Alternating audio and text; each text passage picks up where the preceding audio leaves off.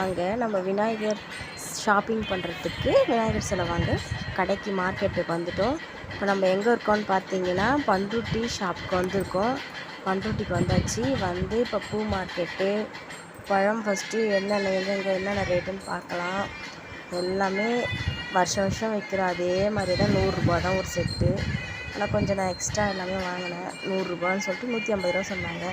கொஞ்சம் எல்லாமே சேர்த்து எல்லா பழமும் வாங்கிட்டு மல்லிகை ஜாமான்லாம் வாங்கிட்டு அப்படியே வந்துட்டு பூ கொஞ்சம் வாங்கினோம். உதிரி பூ கொடைங்கெல்லாம் பாருங்கள் ஃப்ரெண்ட்ஸ், எவ்வளோ சூப்பராக இருக்குது. நியூ மாடல் இந்த மாதிரி கொடையெல்லாம் பார்த்தா ரொம்ப ஆசையாக இருக்குது.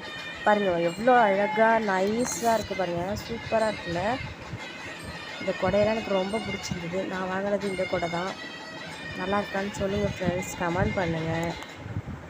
சூப்பரில் 100 ரூபா தான் இந்த கொடை. பாருங்கள் ஃப்ரெண்ட்ஸ், விநாயகர்லாம் பாருங்கள் எவ்வளோ சின்னதாக அழகாக இருக்காங்க பாருங்கள். வருஷத்தில் ஒரு தடவை தான் பார்க்க முடியுது இவங்கெல்லாம். எல்லோரும் விநாயகரை பார்த்துட்டு ஒரு ஹாப்பி பர்த்டே சொல்லிவிடுங்க. ஹாப்பி பர்த்டேன்னு சொல்லிட்டு அட்வான்ஸாக சொல்லிவிடுங்க. Thank you friends. பாருங்கள் ஃப்ரெண்ட்ஸ், எவ்வளோ விநாயகர் கொடை எல்லாமே நியூவாக இயருக்கு மாறுதில்ல. நல்லாயிருக்கு. பழம் பாருங்கள், வாழைப்பழம், ஃப்ரூட் ஷாப் அப்படியே வர வழியில் சூப்பராக இருக்குது பாருங்கள். எல்லாமே செட்டிங்ஸ், லைட் செட்டிங்ஸ் எல்லாம் போட்டு வேறு லெவலில் பண்ணியிருக்காங்க.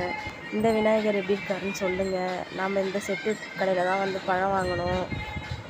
நல்லா இருக்கான்னு கமெண்ட் பண்ணுங்கள் ஃப்ரெண்ட்ஸ். கிளம்பிட்டோம் வீட்டுக்கு எல்லாம் முடிச்சுட்டு கிளம்பியாச்சு. உடனே நமக்கு பசி எடுத்துக்குள்ள அப்பப்போ வெளில போனால் உடனே சப்பாத்தி குருமா சாப்பிட்டாச்சு. வர வழியில் ஒரு விநாயகருக்கு அபிஷேகம் பண்ணியிருந்தாங்க.